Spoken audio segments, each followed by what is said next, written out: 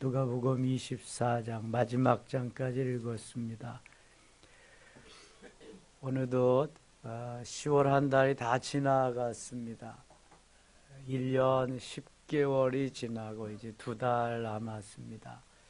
가을도 점점 깊어져 갑니다. 우리의 가치관도 계절 따라서 좀 바뀌고 달 따라 좀 바뀌면 좋겠어요. 그래서 주님 기뻐하는 그러한 영적인 가치관으로 이렇게 살 수 있다면 주님 얼마나 기뻐하실까 다시 한번 초하루가 되어서 생각해 봅니다.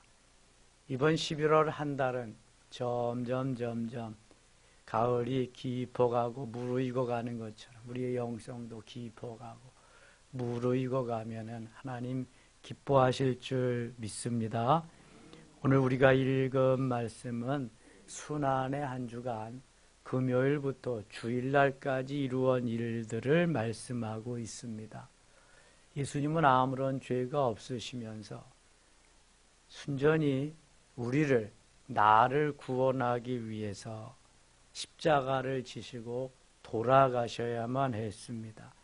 온갖 가지 모욕과 멸시와 천대를 다 받으시고 그렇게 희생하십니다. 23장에 가겠습니다. 주일, 종려주일에 그렇게 예수님을 환영하던 인파들이 금요일인데요. 5일밖에 지나지 않았는데 완전히 무법자로 변하고 예수님을 십자가에 못 박으라고 난리를 칩니다.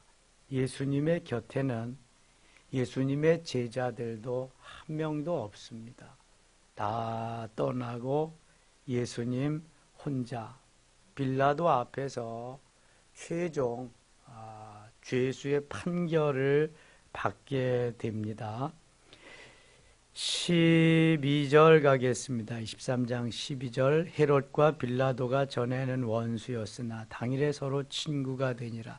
헤롯은 그 지방의 분봉왕이고 빌라도는 총독입니다. 모든 재판권이 빌라도에게 있습니다. 13절 빌라도가 대제사장들과 관리들과 백성을 불러 모으고 이르되 너희가 이 사람이 백성을 미혹하는 자라 하여 내게 끌고 왔도다. 보라 내가 너희 안에서 신문하였을 때 너희가 고발하는 일에 대하여 이 사람에게서 죄를 찾지 못하였고 헤롯이 또한 그렇게 하여 그를 우리에게 도로 보내었도다. 보라 그가 행한 일은 죽일 일이 없느니라. 그러므로 때려서 놓겠노라. 이 빌라도가 아무리 봐도 예수님은 죄인이 아니에요. 범한 죄가 없습니다. 그래서 때려서 놓아주겠다. 그렇게 얘기했어요. 18절입니다. 무리가 일제히 소리질러 이르되 이 사람을 없이 하고 바라바를 우리에게 놓아주소서 하니 바라바는 강도입니다. 6월절 행사를 맞이해서 죄수 하나를 놓아주는데 누구를 놓아주면 좋겠느냐 그랬더니 죄수, 살인, 강도 바라바를 놓아주고 예수님을 십자가에 못 박으라는 것입니다. 19절 이 바라바는 성중에서 일어난 밀란과 살인으로 말미암아 옥에 갇힌 자로라. 이 백성들이 완전히 5일 전역은 딴판이 되어버리고 말았습니다. 아무런 죄가 없는 예수님을 십자가에 못 박으라 그러고 살인 강도는 바로 놓아주라고 그렇게 말합니다. 빌라도는 로마 사람으로 와서 다스리는 총독으로 백성들에게 환심을 받아야 그 나라를 또 다스리기가 용이합니다. 그래서 빌라도는 백성들의 말을 듣고 예수님을 십자가에 못 박고 바라바는 놓아주게 됩니다. 23절 보시죠. 그들이 큰 소리로 재촉하여 십자가에 못 박기를 구하니 그들의 소리가 이긴지라. 백성들의 소리가 빌라도의 소리를 이겼다. 이에 빌라도가 그들이 구하는 대로 하기를 언도하고 그들이 요구하는 자 곧 밀란과 살인으로 말미암아 옥에 갇힌 자를 놓아주고 예수는 넘겨주어 그들의 뜻대로 하게 하니라.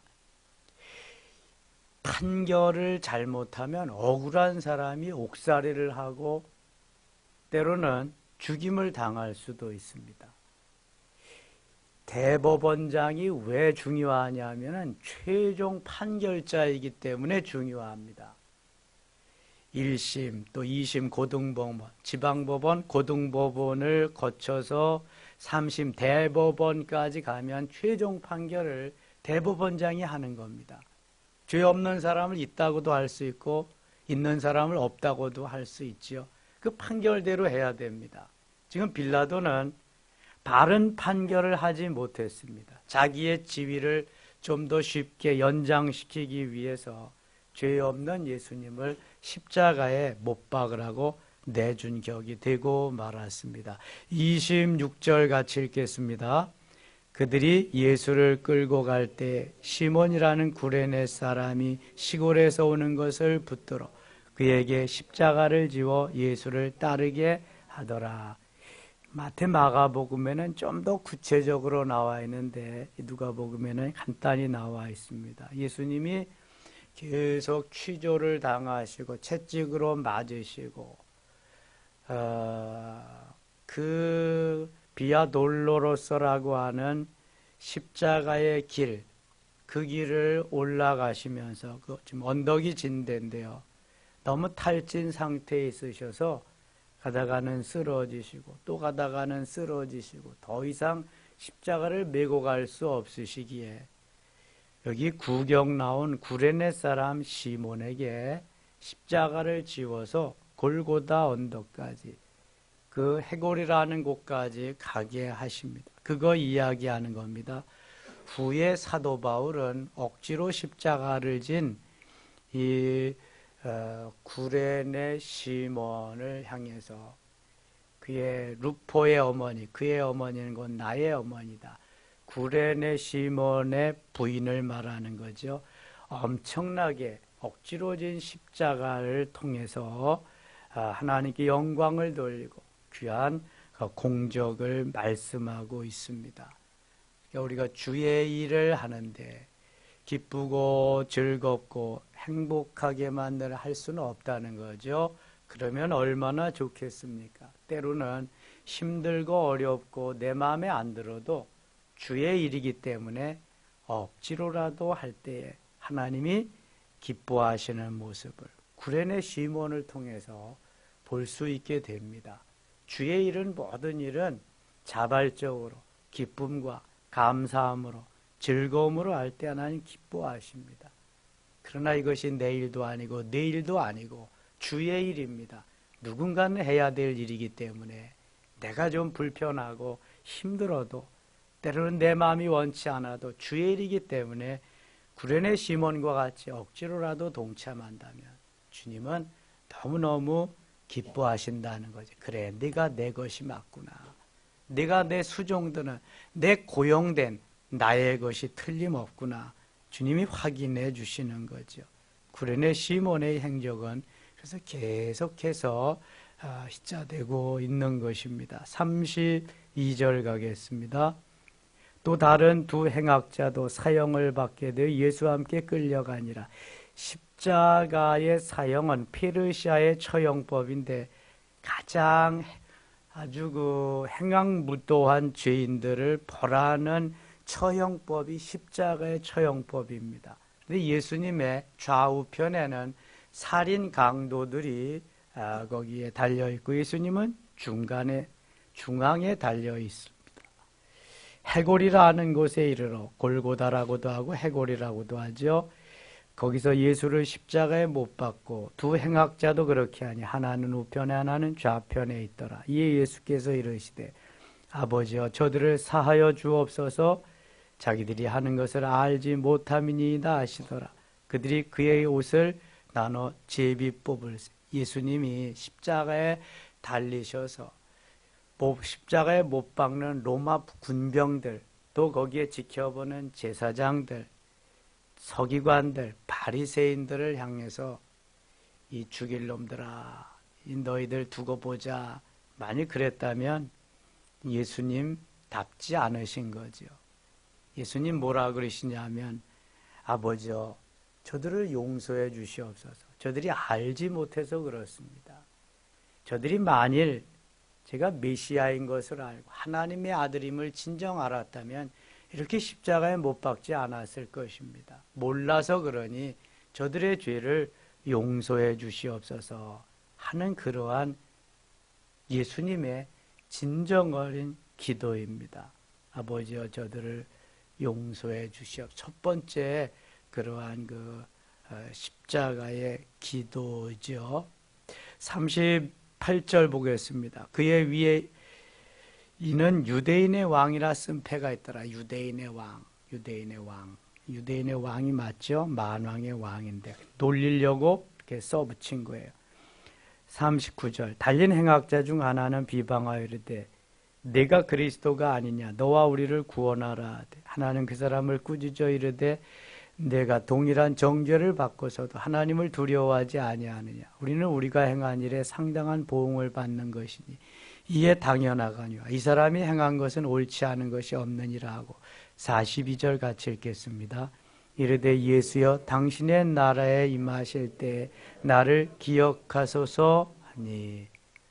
예수님께서 십자가에 달렸을 때 좌우에 강도 둘이 달려 있는데 한편 강도는 내가 유대인의 왕이고 하나님의 아들이면 너도 살고 우리도 좀 내려와서 살게 해줘라 하면서 비아냥거리고 야유를 했어요. 근데 한편 강도는 우리가 마땅히 죄인으로서 죽어 마땅하지만 예수 선생님, 예수님은 무슨 죄가 있느냐?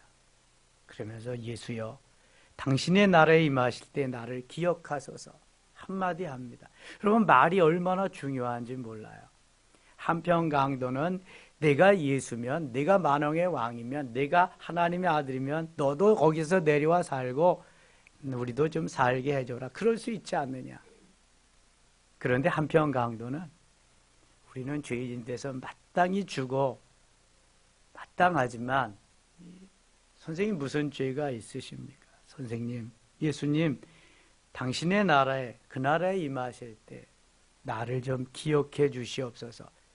이거 한마디가 그 강도를 천국으로 인도하게 됩니다. 43절 같이 읽겠습니다. 예수께서 이르시되 내가 진실로 내게 이르노니 오늘 내가 나와 함께 낙원에 있으리라 하시니라. 아멘. 예수여 당신의 나라에 임하실 때 나를 기억하소서. 이 말에는 내가 죄인입니다. 나는 주님, 예수님 은혜가 아니면은 살 수가 없습니다. 예수님 불쌍히 여기시고 도와주세요. 나를 구원해 주세요. 그러한 여기 회개의 의미가 다 담겨 있습니다. 예수님 그거 아시고 내가 오늘 나와 함께 낙원에 있으리라. 내가 나와 함께 천국에서 살 수 있으리라. 그런 말씀입니다. 말 한마디가 얼마나 중요해요. 같은 말이 같은 장소에서 한마디가 천국과 지옥을 지금 갈라놓고 있습니다. 부자와 세리의 다른 것. 부자는 나는 일주일에 2번씩 금식합니다. 11조를 철저히 드립니다. 나는 율법을 다 지킵니다. 세리는 주여 나를 용서하소서.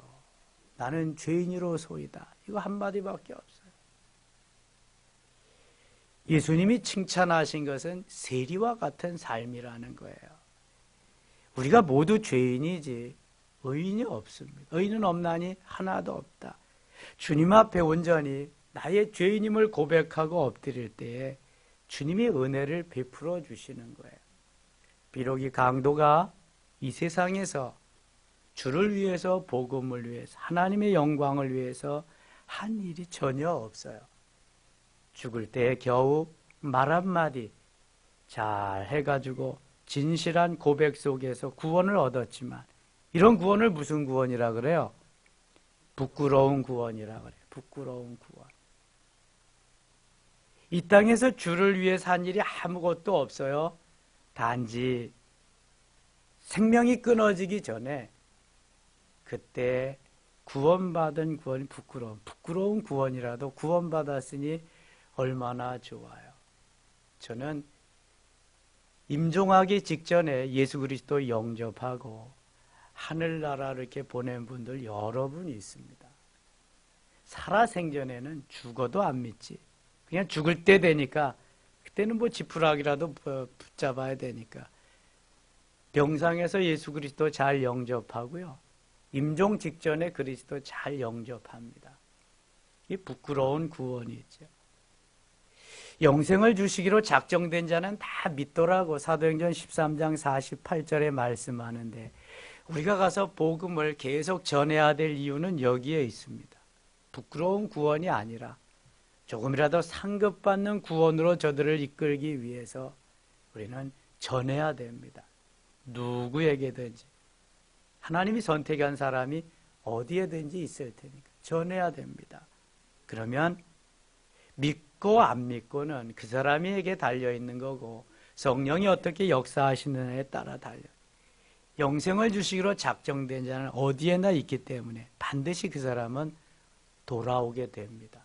하나님이 돌아올 자로 부르시는 거죠. 44절 가겠습니다. 때가 6시쯤 되어 해가 빛을 잃고 온 땅에 어둠이 임하고 제9시까지 계속하여 성소의 휘장이 한가운데 찢어지더라. 자, 예수님은 새벽 3시에 십자가에 못 박히십니다. 우리 시간으로 9시에, 오전 9시. 유대 시간과 우리 시간이 6시간 차이가 있습니다.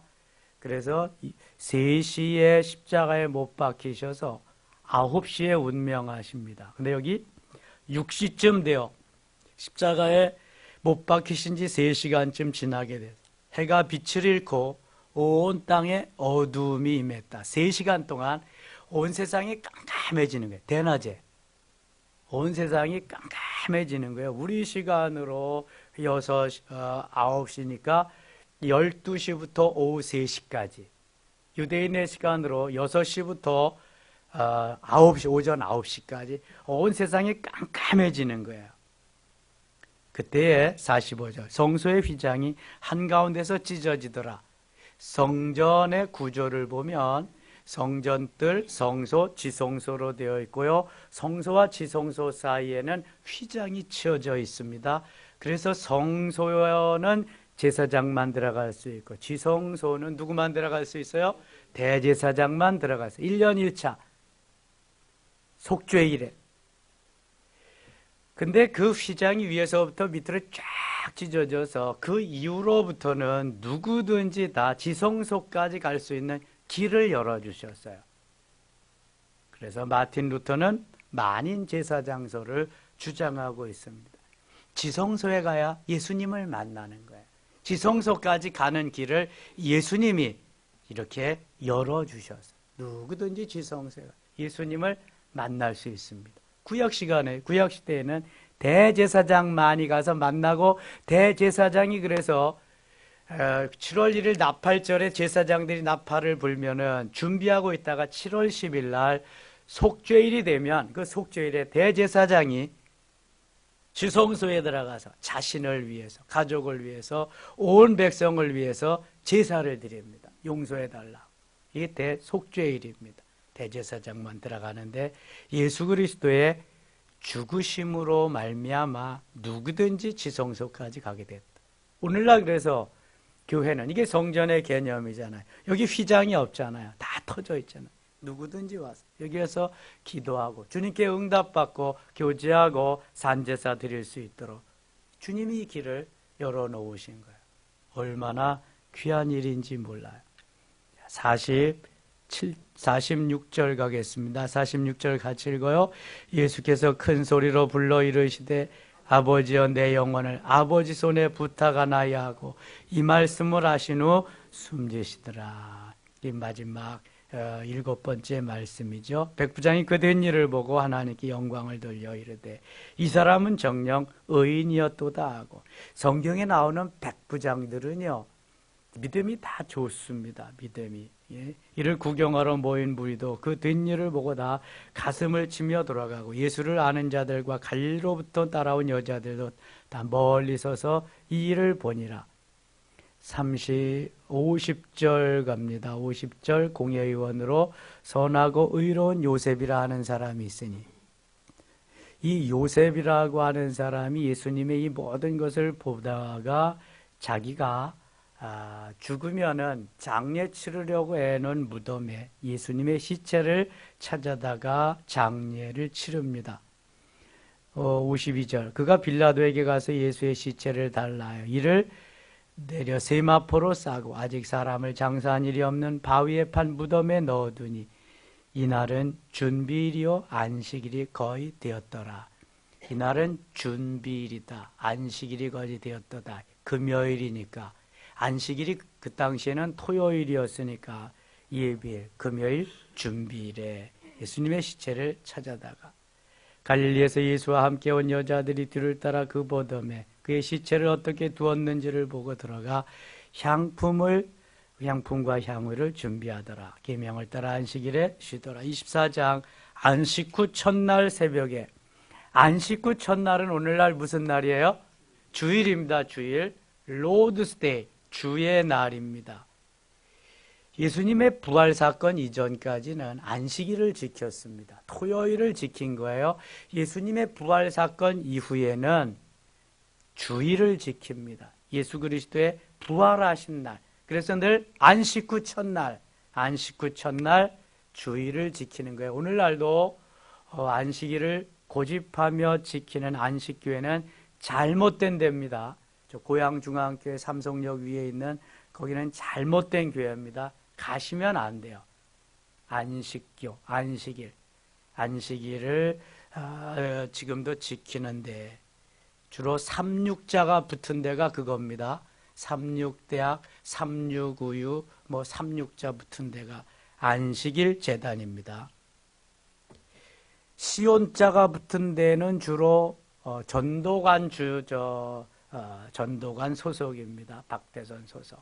시온. 24장 안식 후 첫날 새벽에 이 여자들이 그 준비한 향품을 가지고 무덤에 가서 여인들이 무덤에 찾아갔어요. 돌이 무덤에서 굴려 옮겨진 것을 보고 들어가니 주 예수의 시체가 보이지 아니하더라. 아니 무덤에 예수님의 시체가 있어야 되는데 시체가 없어요. 예수님이 어떻게 된 거예요? 부활하셨죠. 이로 인하여 근심할 때 문득 찬란한 옷을 입은 두 사람이 곁에 섰는지라. 여자들이 두려워 얼굴을 땅에 대니 두 사람이 이르되 어찌하여 살아있는 자를 죽은 자 가운데서 찾느냐. 6절 같이 읽겠습니다. 여기 계시지 않고 살아나셨느니라. 갈릴리에 계실 때 너희에게 어떻게 말씀하셨는지를 기억하라. 7절 이르시기를 인자가 죄인의 손에 넘겨 십자가에 못 박히고 제3일에 다시 살아나야 하리라 하였느니라 한데 예수님은 살아계실 때 계속 내가 십자가에 못 박힐 거다, 죽을 거다, 다시 살아날 거다, 하늘에 오르시기 계속해서 다 말씀드렸는데 사람들이 이걸 믿질 않아요. 다. 그리고 제자들은 죽으시면 안 됩니다. 절대로 안 됩니다. 이리고만 있고요. 예수님은 말씀하신 그대로 다 예언해 놓으시는 선지자들의 말씀대로 그대로 다 그걸 이루십니다. 10절 같이 읽어요. 이 여자들은 막달라 마리아와 요한나와 야고보의 모친 마리아라 또 그들과 함께한 다른 여자들 이것을 사도들에게 알리니라. 아멘. 그 새벽 미명에 어둠이 있을 때 여인들이 예수님의 무덤에 찾아가요. 부활의 주님을 만나기 위해서가 아니라 예수님의 시체에 향유를 발라드리기 위해서 찾아갔지요. 그래도 남자들은 하나도 없습니다. 여인들만. 그 무서움을 이기고 다 찾아가는 거죠. 여인들의 믿음이 그래서 훨씬 더 나은 거죠. 남자들보다. 베드로는 큰 소리만 쳤지. 나 주를 부인할지라도 저는 부인하지 않겠습니다. 그래도 베드로는 이 현장에 없어요. 다 도망가고.